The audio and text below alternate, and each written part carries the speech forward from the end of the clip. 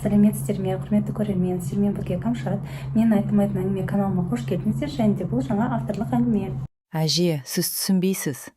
Сіздің заманыңыз өтті, деді Айсұлу есікті тарс жауып. Сол сәтте төрде отырған Зере әженің қолындағы ескі орамал жерге сырғып түсті. Көзінен жас шықпады. Тек жүрегі біртүрлі шым ете қалды. Өйткені дәл осы немересі үшін ол талай түн ұйықтамаған еді. Анасы қайтқаннан кейін бесігін тербеткенде, мектепке жетектеп апарғанда, ауырғанда маңдайына су басқанда өзі болатын. Айсұлу болса 18-ге енді толған, қаладағы колледжде оқитын сұлу қыз еді. Ауылға демалысқа келген сайын әжесінің ескі иін, қарапайым киімін, баяу сөйлейтін мінезін ұнатпайтын. Қызым, үлкеннің батасы жолыңның жарығы дейтін әжесі. Ал Айсұлу күлетін. Ол әжесінің қадірін тым кеш түсінетінін әлі білмеді. Зере әже Қарағанды облысындағы Сарбел деген шағын ауылда тұратын. Күйеуі ерте кеткен, жалғыз ұлы Ерланды өзі өсірген.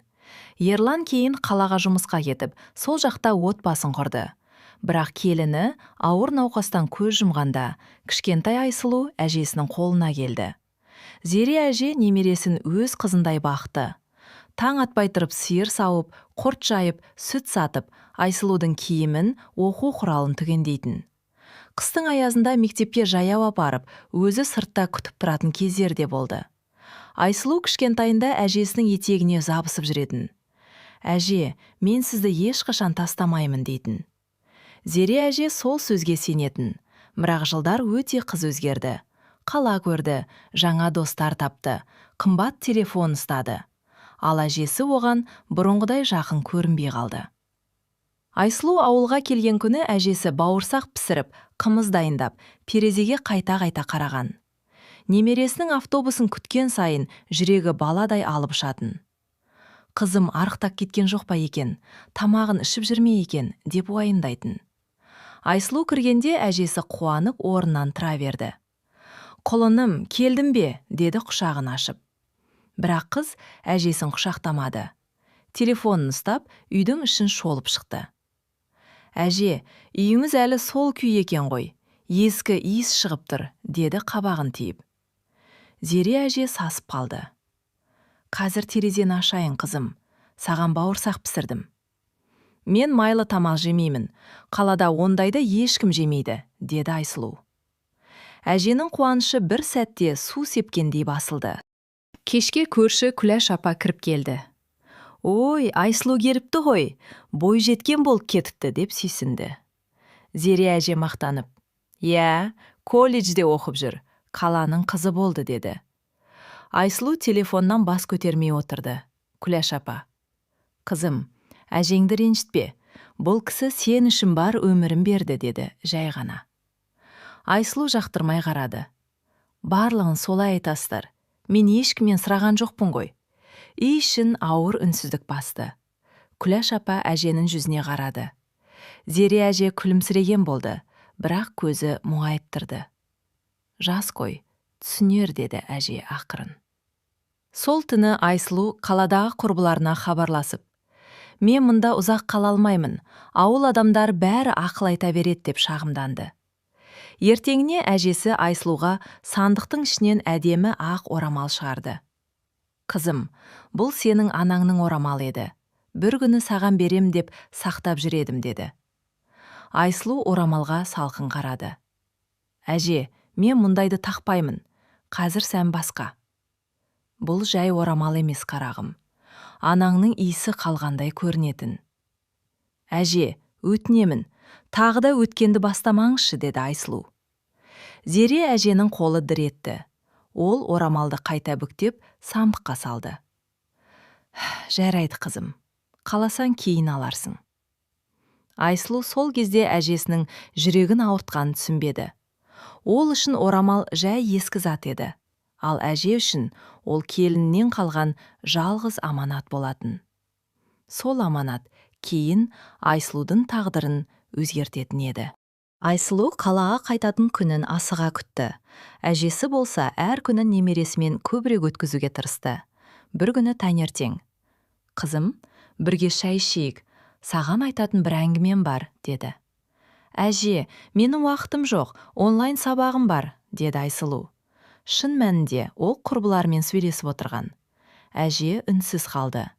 Пештің жанындағы орындыққа отырып алақанын уқалады.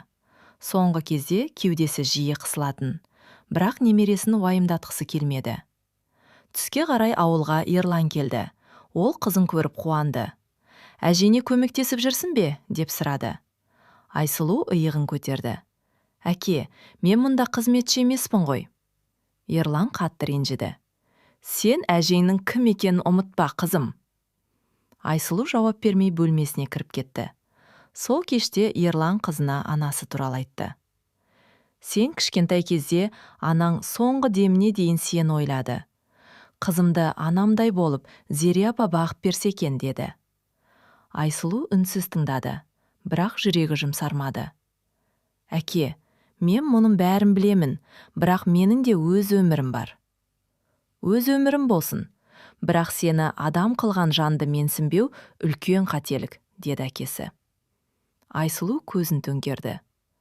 Сіздер мені түсінбейсіздер. Ерлан ауыр күрсінді. Ол анасының қартайып қалғанын көріп жүрегі ауырды. Шашы ағарған, белі бүгіліп, бірақ бәрібір немересіне жылы сөзін аямады. Түнде Зере әже ұйықтай алмай шықты. Сандықты ашып, келінінің орамалын қолына алды. Құдайым, немеремнің жүрегіне мейірім бере көр, деп сыбырлады. Бірнеше күннен кейін ауылда үлкен ас болды. Зере әже Айсұлуды ертіп барғысы келді. Қызым, елдің батасын ал, үлкендер сені көріп қуанып қалар, деді. Айсұлу амалсыз келісті. Бірақ үстіне ауылға лайық киім кимей, тым ашық түсті сәнді киімін таңдады. Әжесі жай ғана. Қарағым, сәл қарапайым киінсең қайтеді, деді. Әже, мен өзім білемін, деп кесіп айтты. Аста үлкендер Айсұлуға жылы қарады. Зере апаның немересі ме? Қандай әдемі болыпты, десті. Бір қария бата бермек болғанда, Айсұлу телефонына қарап отырды. Зере әже ұялып кетті. Қызым, телефонды қоя тұр, деді ақырын. Әже, бәрінің алдында ұялтпаңызшы, деді Айсұлу. Сол сөз әженің жүрегіне ауыр тиді. Астан қайтып келе жатқанда, Зере әже жол бойы үндемеді. Айсұлу да сөйлеспеді. Үйге кірген соң әже шай қойды. Қызым, мен сені ұялтқым келген жоқ. Тек үлкеннің алдында әдеп сақтағаныңды қаладым, деді. Айсұлу ашуланды. Әже, сіз мені үнемі кішкентай бала сияқты көресіз. Мен енді басқа өмір сүргім келеді. Ауылдың ескі тәртібімен жүре алмаймын. Ескі тәртіп емес, қызым. Бұл сыйластық. Сыйластық деп мені басқара бересіздер. Зере әже орнынан баяу тұрды. Жарайды, қарағым. Мен енді саған ештеңе демеймін. Осы сөзден кейін үй тым тыныш болып кетті. Бұрын әженің ақылы Айсұлуға ауыр көрінетін. Ал енді әженің үнсіздігі одан да ауыр болатынын ол кейін түсінді. Айсұлу қалаға қайтар алдында әжесі жолға деп құрт, бауырсақ, жылы шұлық салып берді. Әже, бұларды апармаймын, құрбыларым күлмей ме? Деді қыз. Қызым, өз қолыммен дайындадым, қыста аяғын тоңбасын деп. Қалада бәрі бар ғой, маған бұлардың керегі жоқ. Зере әже пакетті ақырын ғана үстерге қойды. Жарайды, қалқам, аман жүр. Автобусқа мінерде әжесі маңдайынан сүймек болды. Айсұлу асығып сөмкесін тізеді де. Жарайды әже, сау болыңыз, деп бұрылып кетті. Зере әже аялдамада ұзақ тұрды. Автобус шаңдатып алыстап бара жатты. Әженің көзі бұлдырады. Бақытты бол, құлыным, деді ол сыбырлап. Ал Айсұлу терезеден қараған жоқ. Ол әжесінің жалғыз қалып бара жатқанын көрмеді. Қалаға келген соң Айсұлу ауылды ұмытқандай болды. Сабақ, құрбылар, әлеуметтік желі, сәнді кафелер, бәрі оны өзіне тартып әкетті. Әжесі жиі хабарласатын. Қызым, тамағыңды іштің бе? Ақшаң жетіп жүр ме? Дейтін. Айсұлу қысқа жауап беретін. Иә әже, кейін сөйлесейікші. Бір күні әжесі тағы қоңырау шалды.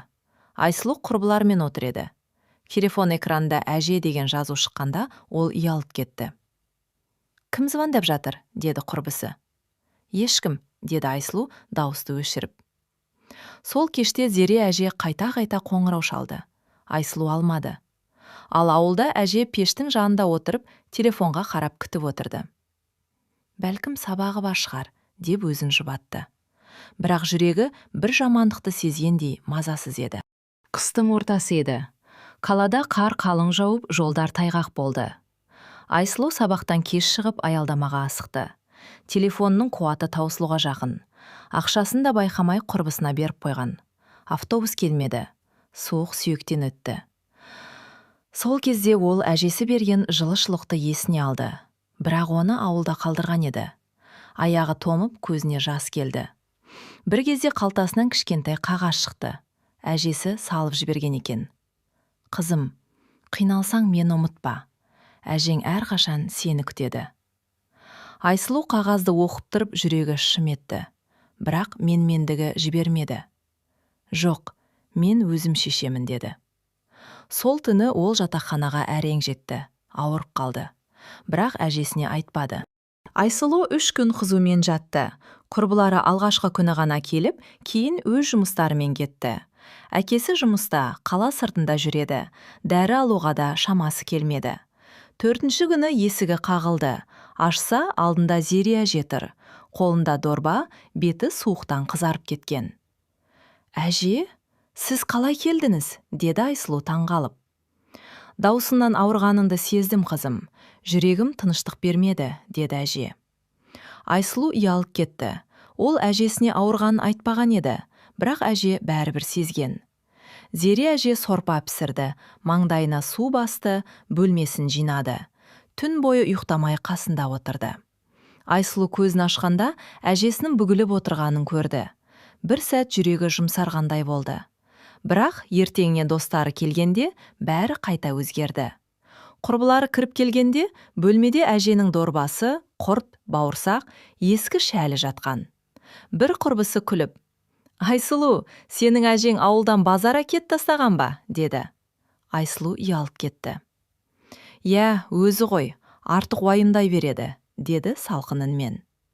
Зере әже бұл сөзді естіп қалды, бірақ үндемеді. Тек сорпаны ыдысқа құйып: «Ішіп ал, қызым», деді. Құрбылары кеткен соң, әже дорбасын жинай бастады. «Әже, қайда барасыз?» деді Айсұлу. «Ауылға қайтамын. Сен жазылып қалдың. Енді сабағынан қиқалма». «Ренжідіңіз бе?» Әже күлімсіреді. «Қарт адамның ренішін кім сұрайды, қарағым? Біздікі бала аман болса болды». Осы сөз Айсұлудың жүрегіне қадалды. Бірақ ол кешірім сұрауға батылы жетпеді. Зере әже ауылға қайтқаннан кейін денсаулығы сыр бере бастады. Бірақ ол ешкімге айтпады. Күләш апа күнде келіп: «Зере, дәрігерге көрін, түрім жүдеу» дейтін. «Қоя тұршы, Айсұлу емтихан тапсырсын, сосын айтармыз», дейтін әже. Оның бар ойы немересінде еді. Сандықтағы орамалды қайта-қайта алып сипайтын. Жанына бір дәптер қойып, бірдеңе жазатын. «Қызым Айсұлуға» деп басталатын хаттар көбейе берді. Бір күні Ерлан анасына келді. «Апа, қалаға алып кетейін, дәрігерге қаралайық». «Жоқ, балам, менің орным осы үй. Тек Айсұлу аман болсын». «Ол сізді түсінеді, апа». Зере әже терезеге қарап: «Түсінер. Бірақ кейде адам жақынының қадірін кеш біледі», деді. Көктем шыққанда Айсұлу ауылға келмеді. «Уақытым жоқ», деді.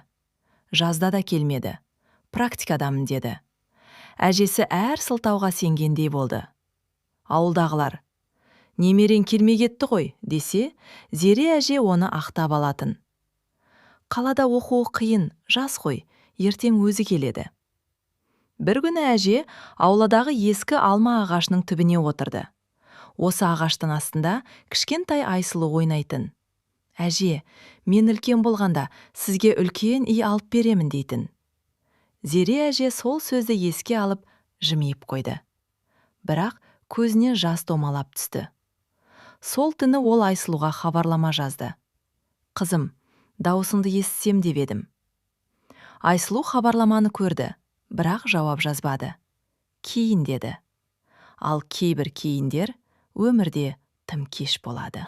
Бір аптадан кейін Ерлан қызына қоңырау шалды. Даусы өзгеше еді.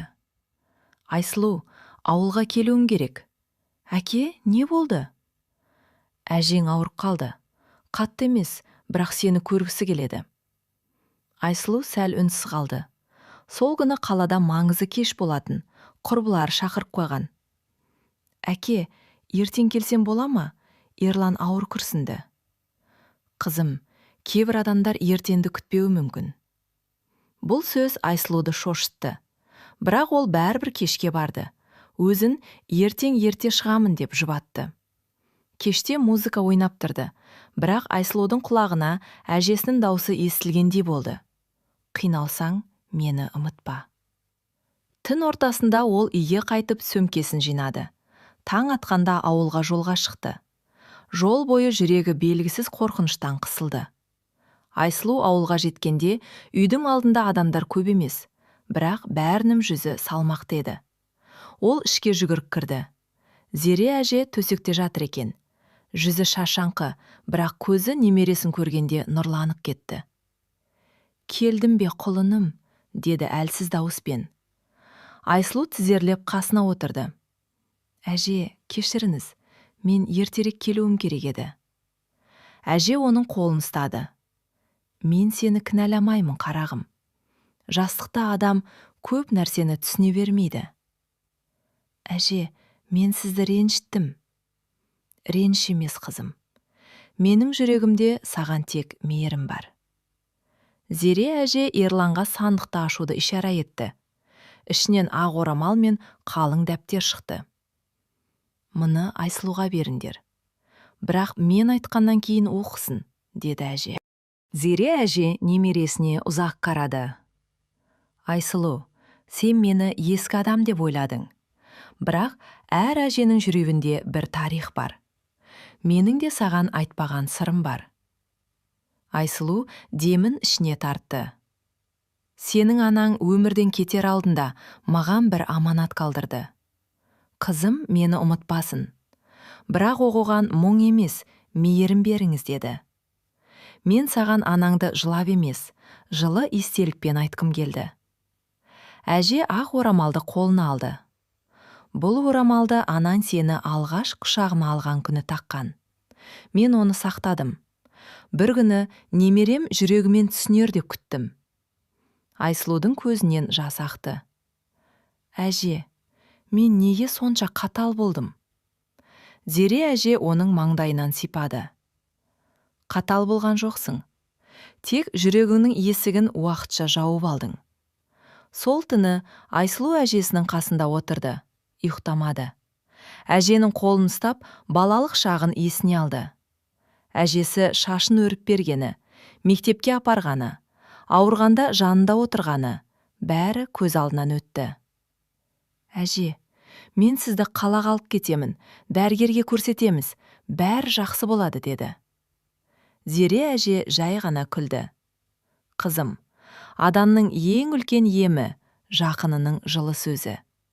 Сен келдің, менің жүрегім тынышталды. Олай демеңізші. Жылама. Мен сені мықты болсын деп өсірдім. Бірақ мықтылық тас жүрек болу емес. Мықтылық мейірімді жоғалтпау. Айсұлу әжесінің қолын бетіне басты. Мен енді сізді ешқашан жалғыз қалдырмаймын. Әже көзін жұмып. Осы сөзің маған жетеді, қарағым, деді. Келесі күні Зере әженің жағдайы сәл жақсарғандай болды. Айсұлу үйді жинады, шай қойды, самаурын жақты. Күләш апа келіп таңғалып қарады. Ой, Айсұлу, сен бе? Әжеңнің қасында жүргенің қандай жақсы? Айсұлу ұялып күлімсіреді. Бұрын түсінбеппін, апа. Күләш апа басын изеді. Түсінген адамның жолы ашылады, қызым. Айсұлу сандықтағы дәптерді ашқысы келді, бірақ әжесінің сөзін есіне алды. Мен айтқаннан кейін оқысын деген еді. Сондықтан шыдады. Кешке әже оны шақырды. Қызым, менің дәптерімді оқы. бірақ әр сөзін жүрекпен оқы. Айсұлу дәптерді қолына алды. Бірінші бетте: немерем Айсұлуға.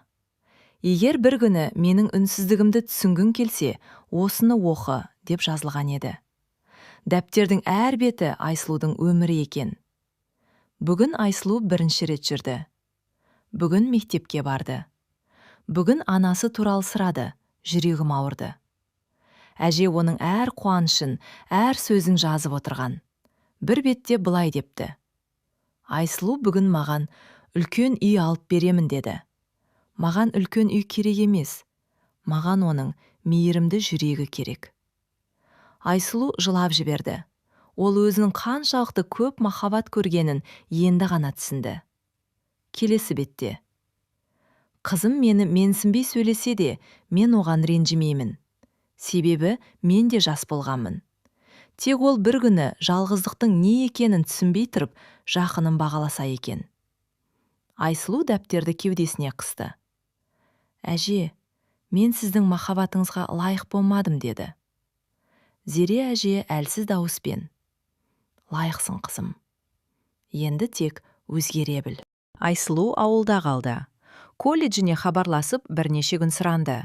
Ол енді телефонға үңірмей әжесінің жанында болды. Таңертең шайын берді, дәрісін уақытында ұсынды, ауласын тазалады. Бір күні әжесі: қызым, сенің қолынан бауырсақтың иісі шыға бастапты, деп әзілдеді. Айсұлу күлді. Сіз үйретсеңіз, бәрін үйренемін. Әже оған қамыр илеуді, құрт жасауды, үлкенге сәлем беруді, қошонақ күтуді үйретті. Бірақ ең бастысы адамды қадірлеуді үйретті. Ауыл адамдары Айсұлудың өзгергенін көрді. Бұрын сәлем бермейтін қыз енді үлкендердің қолын алып батасын сұрайтын болды. Күләш апа бір күні: Зере, немерең қайта туғандай ғой, деді. Зере әже көзін сүртіп: мен соны күткенмін, деді. Бірақ уақыт өз дегенін істейді. Бір кеште Зере әже Айсұлуды қасына шақырды. Қызым, мен шашадым, бірақ қорықпа. Мен сенің жүрегің оянғанын көрдім. Енді мен тынышпын. Әже, мен сізсіз қалай өмір сүремін? Мен сенің жүрегіңде қаламын. Біреуді менсінбей сөйлегің келгенде, менің үнсіз көзімді есіне ал. Бір қарт адамды көргенде, оның да біреудің әжесі, анасы екенін ұмытпа. Айсұлу жылады. Мен сіздің атыңызды ұятқа қалдырмаймын. Әже ақ орамалды оның қолына ұстатты. Мұны сақта.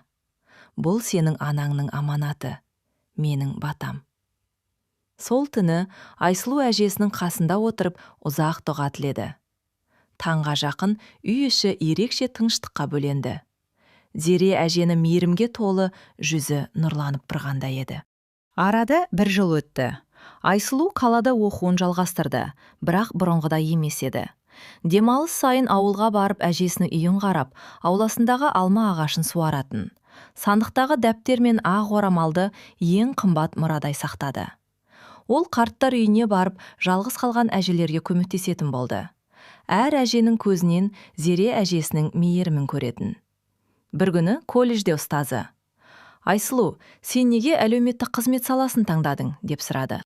Айсұлу көзіне жас алып: өйткені мен бір кезде өз әжемді бағаламадым. Бірақ ол мені бәрібір жақсы көрді. Енді мен ешбір қарт адамның өзін керексіз сезінгенін қаламаймын, деді. Сол күні ол әжесінің дәптеріндегі соңғы сөйлемді қайта оқыды. Адамның байлығы дүние емес, артында қалған мейірімі. Егер әңгіме ұнаса, лайк басып, каналға жазылып қойыңыз.